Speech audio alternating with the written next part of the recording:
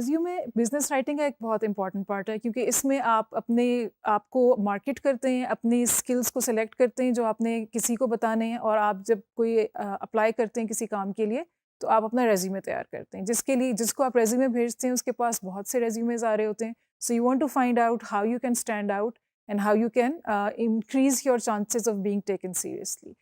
कोई भी चीज़ जब लिखी जाती है तो उससे पहले ज़रूरी है कि उसकी प्लानिंग की जाए।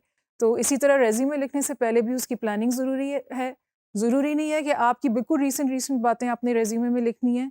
हो सकता है कोई बहुत पुरानी बात हो जो आपने कोई काफ़ी पहले कोई काम किया जो अब इस पोज़ीशन या इस असाइनमेंट के लिए रेलेवेंट हो। So you should be aware and recognise कि इसको मैं इस चीज़ में शामिल करूँ, ना कि और कोई इर्रेलेवेंट चीज़ों को। और एक रेज़्यूमे ही आप हर असाइनमेंट के लिए या हर एम्प्लॉयर के लिए नहीं भेज सकते, क्योंकि उनकी नीड्स डिफरेंट हैं, उनके इंटरेस्ट डिफरेंट हैं, जॉब की नेचर थोड़ी-सी डिफरेंट होती है। अगर आप एक ही तरह के काम के लिए भी अप्लाई कर रहे हैं, तो ऑर्गेनाइज़ेशन का अपना कल्चर डिफरेंट हो सकता है। तो उसके हिसाब से आपको अपना रेज़्यूमे को मॉडिफ़ाई करना ज़रूरी है। पहले जब आप उसको लिखने के लिए बैठें तो ब्रेनस्टॉर्म करें, यानी कि सोचें कि आपने कब-कब, कौन-कौन सी आपकी अचीवमेंट्स हैं। और इसमें सिर्फ एकेडमिक या स्कूल कॉलेज से रिलेटेड नहीं होनी चाहिए और सिर्फ प्रोफेशनल भी नहीं होनी चाहिए, दोनों चीज़ें होनी चाहिए। इसके अलावा कोई आपने ट्रेनिंग्स यहाँ पे लिखा है जैसे ट्रेनिंग्स हों कोई अ, जो आपने अटेंड की, कोई कॉन्फ्रेंसेस अटेंड की, कोई आपने वॉलंटियर काम किया, कोई स्पोर्ट्स में आपने टी क्योंकि आजकल ये बहुत एम्प्लॉयर्स देखते हैं कि आप अच्छे टीम वर्कर हैं कि नहीं।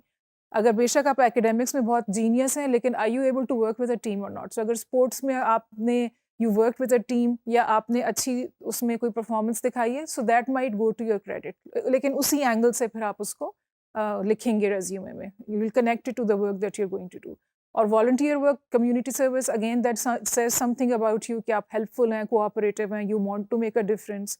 और ये सारी क्वालिटीज़ जो हैं एम्प्लॉयर्स वैल्यू करते हैं। तो इनको सब ये अभी आपने सिर्फ ब्रेनस्टॉर्म करके सारी चीज़ों को निकाल लेना है। इसमें से हर चीज़ जो है वो आप एक्चुअल रेज़्यूमे में नहीं लिखेंगे, but this is just a start, that's the starting point. उसके अलावा आपने स्कूल में कोई कॉम्पिटिशन जीता हो, कोई और आपने कंट्रीब्यूशन की हो, जैसे कि किसी में कोई इनिशिएटिव आपने ख़ास लिया हो, कोई स्ट्रीमलाइनिंग की हो, कोई आपके ऑफ़िस में माइनॉरिटीज़ हों, उनके लिए आपने कोई इवेंट ऑर्गेनाइज़ किया हो। Anything that you did that was out of the ordinary, उसको भी आप अपनी नज़रों के सामने लाएँ और अपनी ब्रेनस्टॉर्म करके लिस्ट में तैयार करें।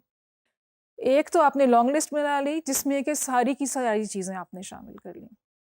उसके बाद आप उसमें से देखें कि अब इसमें से मेरा नैरेटिव रेज़्यूमे का कैसे अच्छा बनेगा, कौन-कौन सी चीज़ें इस जॉब के लिए रेलेवेंट हैं, इस ऑर्गेनाइज़ेशन के कल्चर में कौन-सी चीज़ें हो सकती हैं। हो सकता है प्राइवेट एंटरप्राइज़ के लिए डिफरेंट चीज़ें मैटर करती हूँ एज़ अपोज़्ड टू गवर्नमेंट, जिसमें हो सकता है ज़्यादा कंप्लायंस पे वो फ़ोकस करना चाह रहे हों, या अगर आप किसी एकेडमिक इंस्टीट्यूशन में अप्लाई कर रहे हैं वो डिफरेंट हो सकता है। ऑनलाइन असाइनमेंट के लिए अगर आप कर रहे हैं that might have different needs. So know the audience. हर किसी भी चीज़ को लिखने के लिए ज़रूरी होता है कि आप अपनी ऑडियंस को जानें। The same goes for this. और उसके हिसाब से जो आपने इतनी लंबी लिस्ट बनाई है उसमें से कुछ सिलेक्शन करें और फिर उसको शॉर्ट लिस्ट करें और ये देखें कि कौन सी चीज़ें रेज्यूमे में ऐड हो सकती हैं। और जिस वक्त आप लिखने के लिए बैठेंगे तो ये मेक श्योर करें जब एक्चुअल रेज्यूमे लिखें कि इसमें से कोई इंपॉर्टेंट चीज़ मिस आउट ना हो जाए। हो सकता है आपको लग रहा हो कि ये तो मेरी अपनी लाइफ की चीज़ें हैं, मुझे लिखने की या ब्रेनस्टॉर्म करने की क्या ज़रूरत है, मुझे तो पता है। लेकिन अक्सर हम चीज़ें भूल जाते हैं, जैसे कि पर्सनल स्टेटमेंट्स अगर आप लिखें किसी यूनिवर्सिटी में बाहर की स्पेशली अप्लाई करने के लिए, तो उसमें हो सकता है आपने कभी पैराग्लाइडिंग करते हो और उसको आप you might want to use that कि मुझे लाइफ में चैलेंजेस पसंद हैं इसलिए मैंने पैराग्लाइडिंग की। तो कोई भी चीज़ आपने बचपन में की हो, टीनेजर्स में की हो, कोई कॉम्पिटिशन जीता हो, तो वो अगर रेलेवेंट है तो आप उसको सामने लेके आएँ। हम अक्सर अपनी अचीवमेंट्स भूल जाते हैं और अपनी खराबियाँ हमें याद रहती हैं, तो इसलिए ज़रूरी है कि उनको लिखें, अपनी नज़रों के सामने लाएँ and then make a selection out of them, ताकि आप अपना बेस्ट फुट फॉरवर्ड कर सकें।